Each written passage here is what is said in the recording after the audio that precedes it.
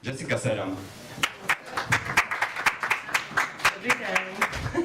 Pardon, ja som ešte zabudol povedať, že ak budete mať kedykoľvek otázku, tak cez svoj smartfón sa na tejto stránke môžete spýtať, ja to uvidím a za vás sa to spýtam. Alebo samozrejme osobne. Jessica.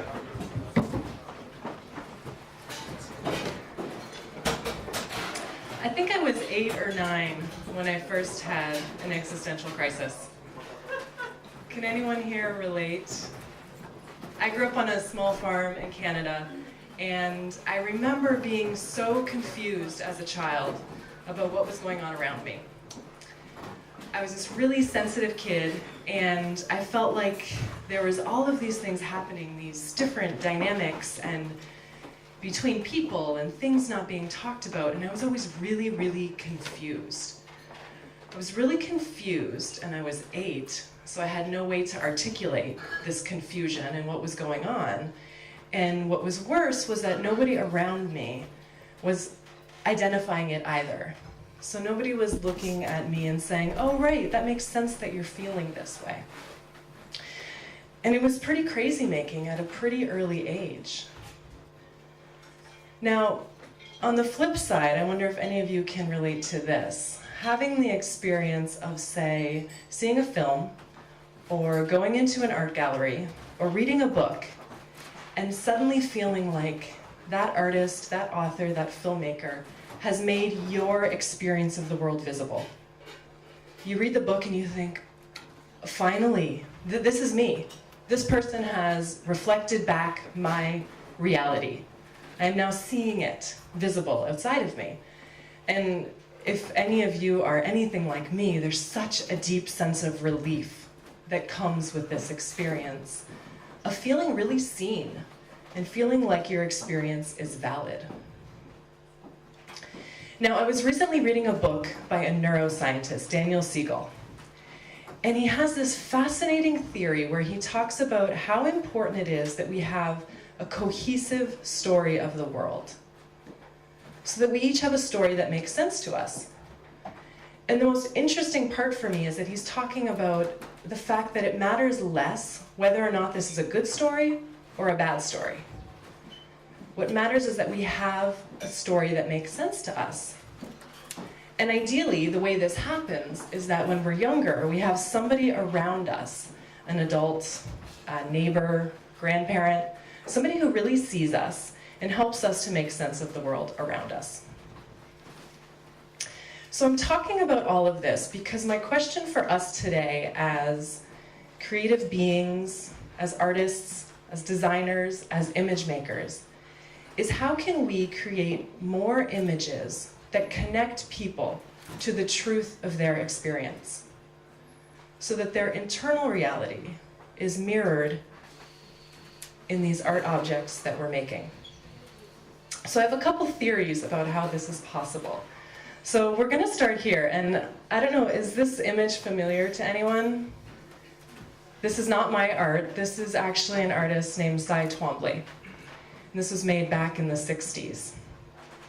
Now I'm showing this because I recall I was doing my undergraduate degree, and I was studying illustration. And I was taking a contemporary art class when this came onto the screen. And I was completely blown away. I was completely blown away by this artist whose work was about making scribbles, making this beautiful mess of marks on a canvas. And I saw this, and I thought to myself, this is enough. I intuitively knew that it was somehow enough to make marks and to move our hand across a page and to allow our experiences to emerge through these marks that we naturally made. And it changed everything for me. Now, this is another one of his pieces. Around this time, a friend of mine had gone to New York, and she was sitting on the subway, and she was staring at all of this graffiti and the tags and these marks that were just covering the subway and the walls around her. And she was looking at them, and she suddenly understood how ancient and profound this impulse to make a mark is. And she suddenly understood that we've been doing this since the beginning of time. As human beings, we've been making marks. And we've been using this act of mark making to leave a trace, to document our existence in some way and negotiate the world around us.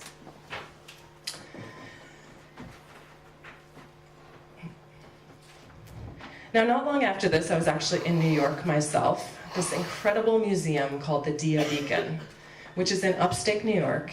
And for any of you, if you have not been there, it's an absolute must.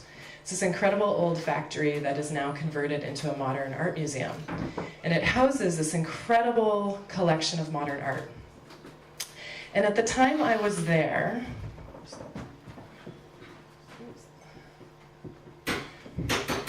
they had a show of Sol LeWitt drawings. Again, another artist started doing work back in the 60s, and he did these really conceptual drawings. But he was really interested in drawing and mark making. And one of the things that he did was he would come up with instructions for these giant drawings that he wanted to have completed as installations. But he didn't actually execute them himself. He hired or worked with the museum staff, a team of people, and he gave them very specific instructions about how to create this drawing. Now, in this case, it's a drawing directly on the walls. And I remember walking into this space, and the walls were just covered in marks. Very simple, in a way. These marks on the wall with a pencil. And I was so moved standing there because all I could feel was this presence of every single person who had made these marks. And it was as if this drawing was more than anything, it was just a document, again, of people's lives, of their presence, of what comes through when we make a simple mark on a canvas or on a wall.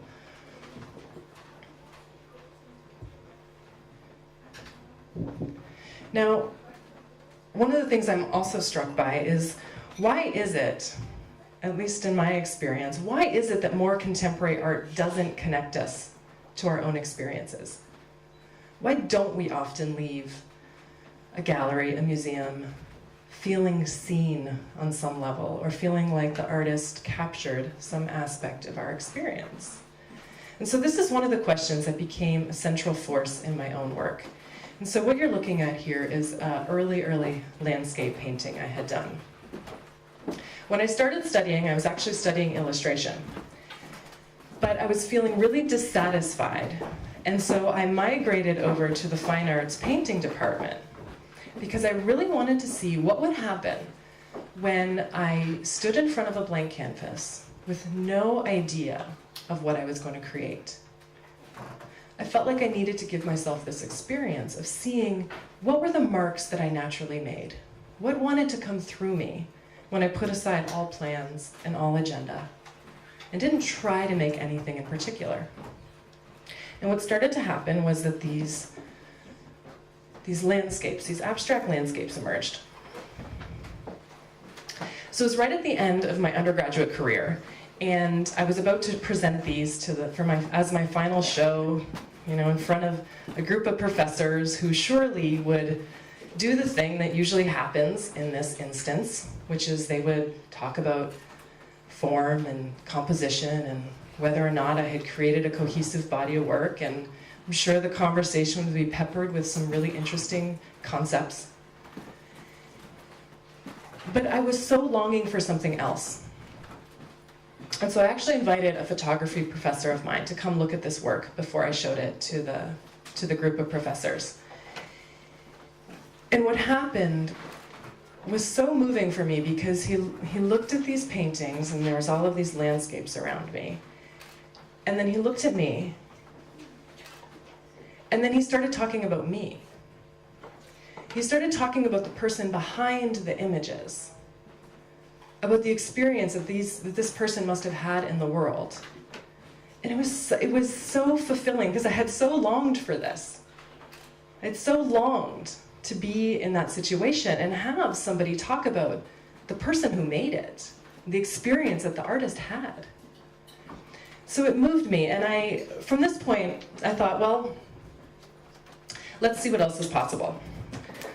Let's see what else I can reveal by just showing up and making images. So I started doing these drawings, and I became willing to be more vulnerable. I became willing to really talk about what I was feeling as I was making the drawings, and see if I could really, convey more of my own experience.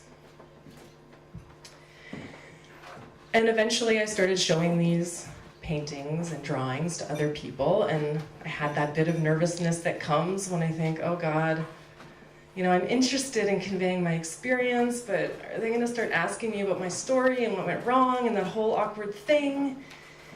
And thank God I was so pleasantly surprised, because what happened was not at all what I expected. People started talking about themselves.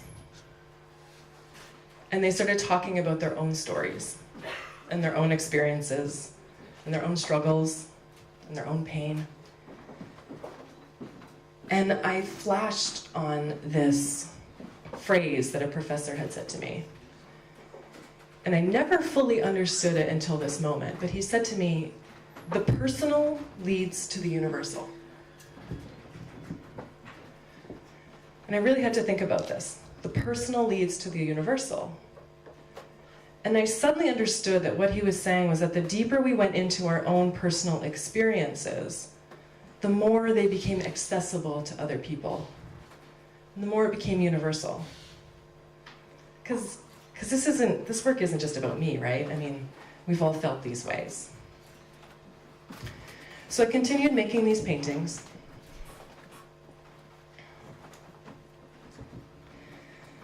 Seeing what else was possible.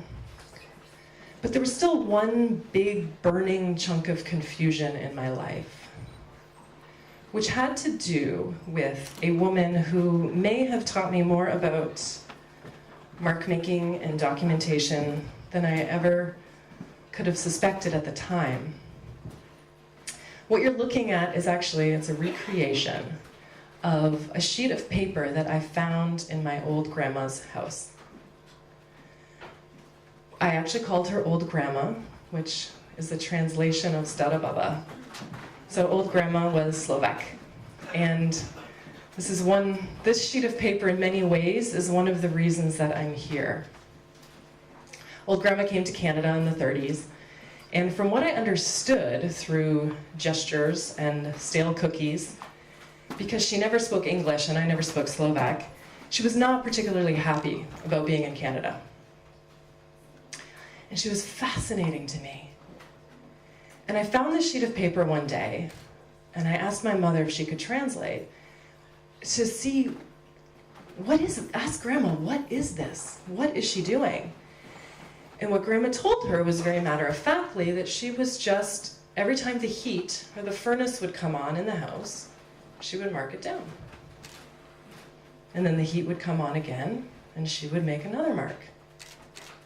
So this was this endless list of every time the heat came on in her house. And I thought, well, it's not as if it's saying the heat came on this many times on Monday or on Tuesday. It was just this endless list. And somehow I felt like this document of this woman's life said more about her than probably anything she could have communicated to me. It was as if she somehow was documenting and leaving a trace of her existence. She was old and lonely and in fact was ready to die. And so this was her passing time, and it was so beautiful and moving. To the point that I realized I need to know more. I need to know more about this part of who I am. So I came to the Czech Republic. I was invited to do an artist residency. And I was thrilled. I was thrilled because it was close. It was close to the land of my ancestors. I know Czech and Slovak is very different. I get that fully. But I was in the Czech Republic, and I thought, well, I really want to dig into what this place is and see if I can start to uncover more of how this relates to who I am. Because I had the sense that there was definitely a relationship. And so I just started doing what I do, which is I started making images. And I decided that I was going to ask people questions about what it means to be Czech and look at their relationship of identity to place. And I told them that I would then make a painting based on what they had told me. So I would do the thing that I would do. I would take it all in, I would try to make some sense of it, and I would make images based on what they had told me. So this led to a 2.5-year project, and me being here today.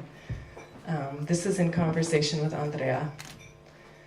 And again, it was really about letting myself not know, and then stand in front of a blank canvas, stand in a place where I had no idea what I was about to uncover, and just let the marks come, let the questions come, and see where it took me.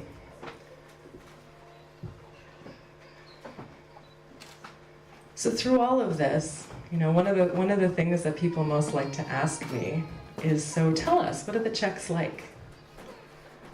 And I hate that. I hate that question. I hate that because it's not what it's about. It's not about defining. It's about entering the field and being willing to let things get a little bit messy and not know what's about to happen and see what emerges. What of the experience was going to emerge on the canvas in front of me?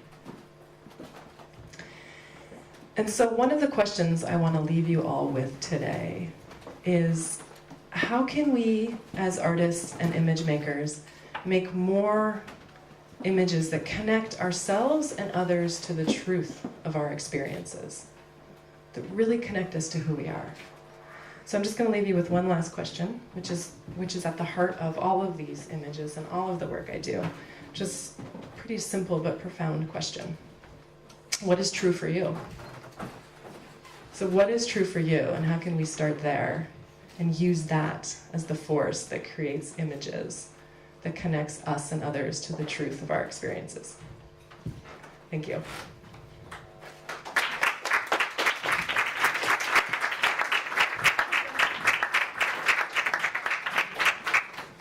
Stále sa môžete pýtať cez Slido, ale aj osobne. I have one question for you.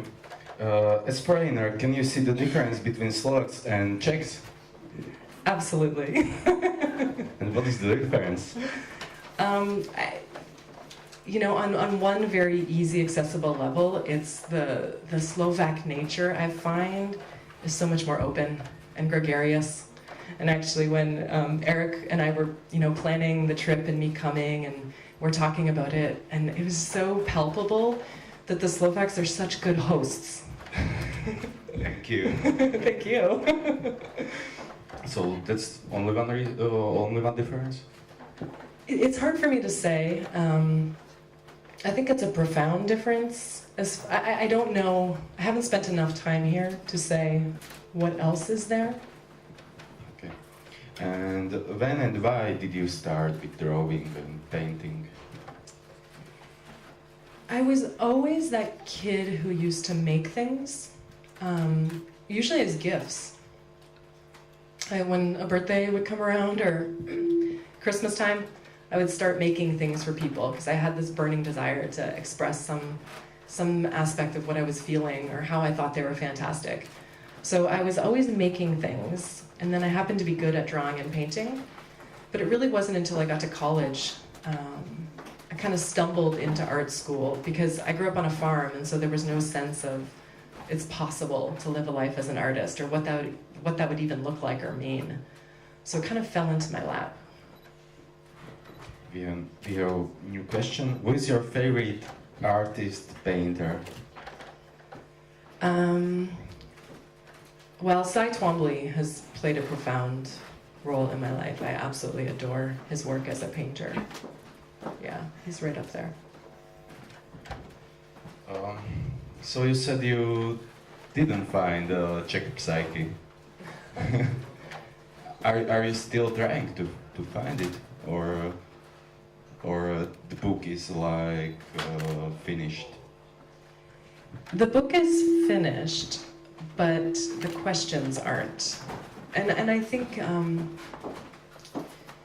at this point, like I said, it's become less interesting to define it. And I think it's such a process of really, at least for me, getting my head around a place and a culture, and then not, of course, overgeneralizing, which we always risk when we talk about these things, which can be somewhat dangerous but necessary.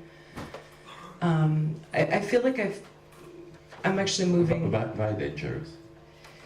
Because we're also individual at the same time. I feel like in order to negotiate a place and be there, we have to kind of make some generalizations to try to make sense of it. But then I think it's dangerous because we run the risk of missing the beauty of difference when we do that.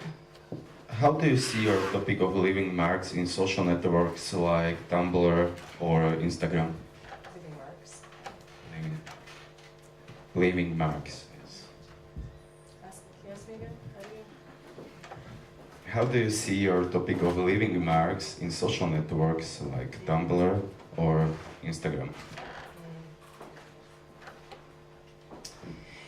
It's a great question. I think in those areas it becomes a little bit more fleeting.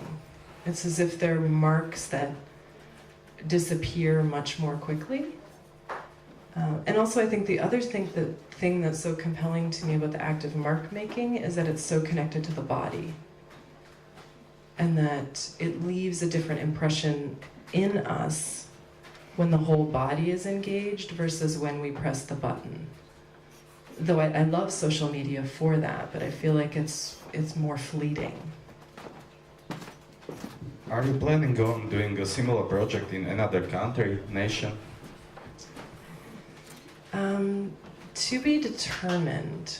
I'm actually not sure that I would. I've considered it heartily, though I'm not sure that I would want to basically recreate. You know, now that I have some sort of formula, that I would want to go into a place and do it in the same way.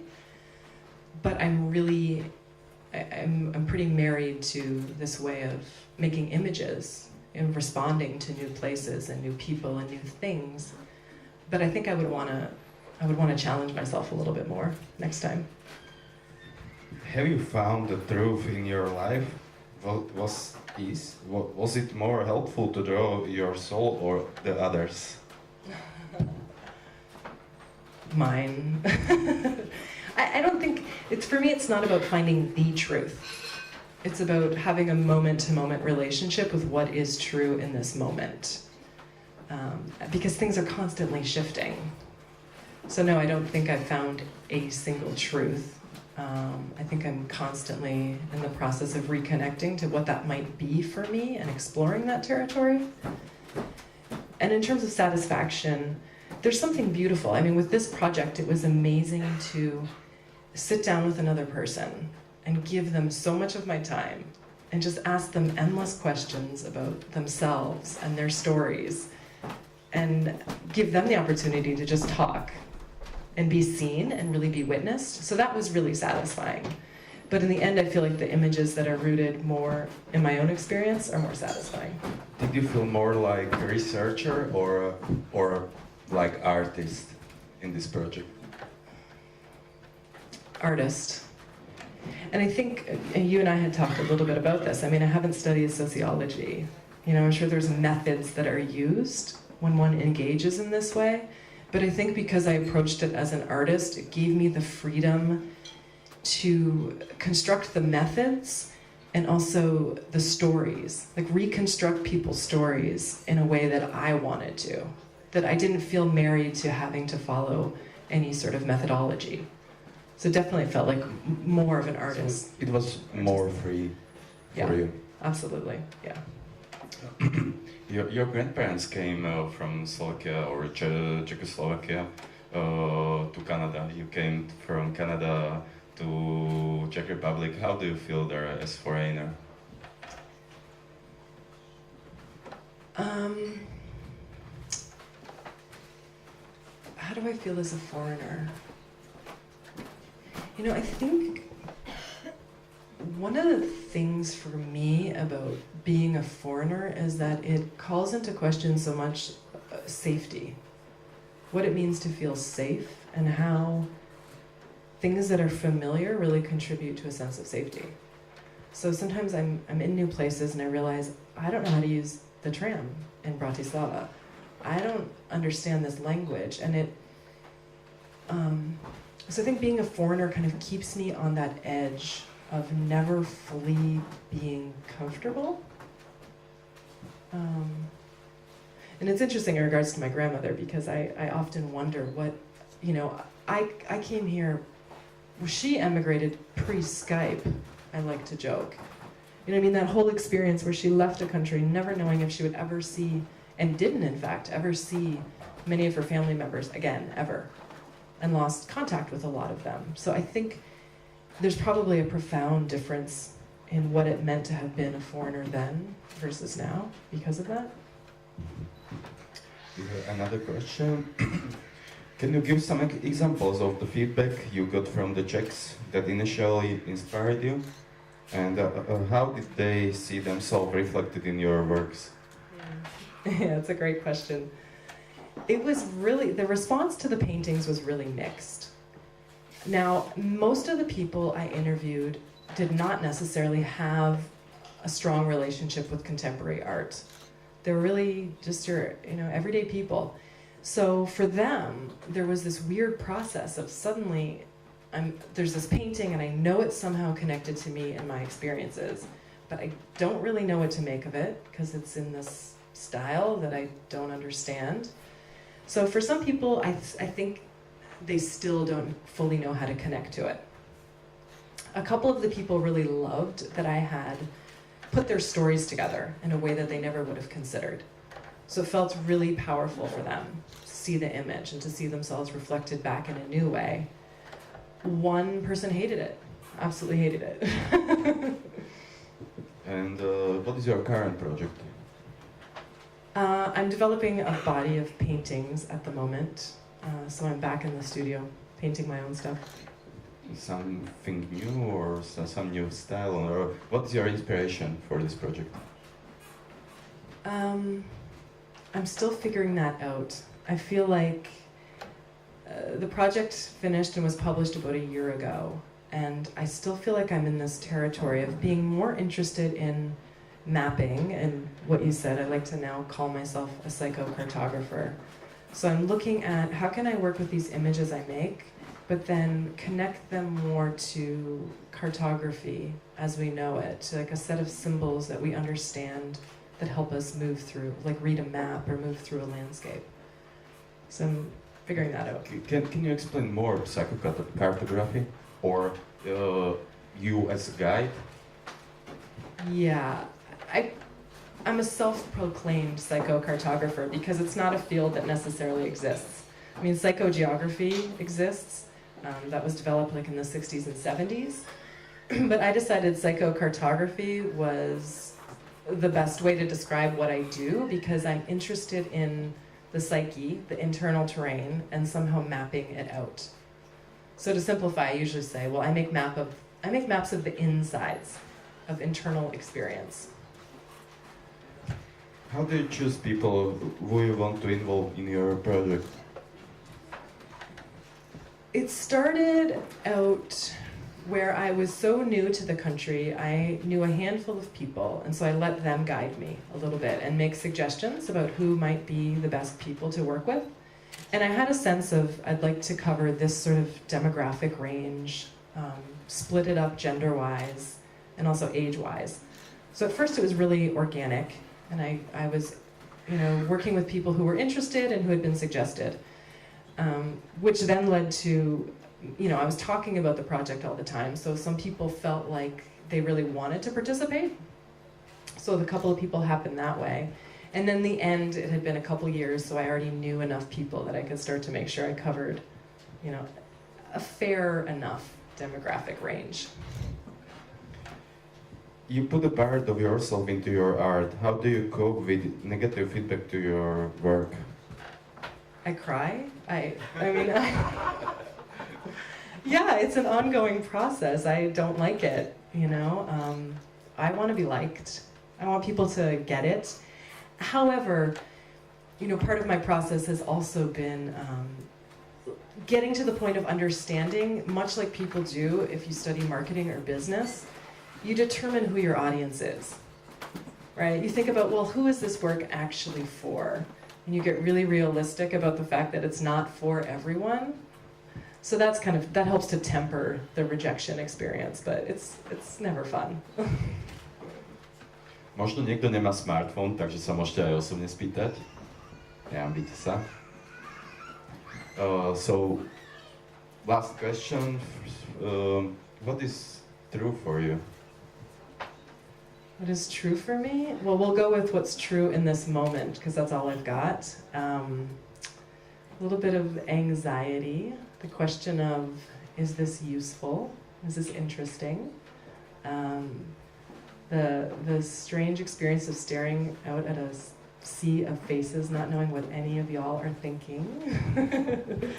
And gratitude. It's really nice to be up here and to be in Slovakia. It's really lovely. Jessica Saran.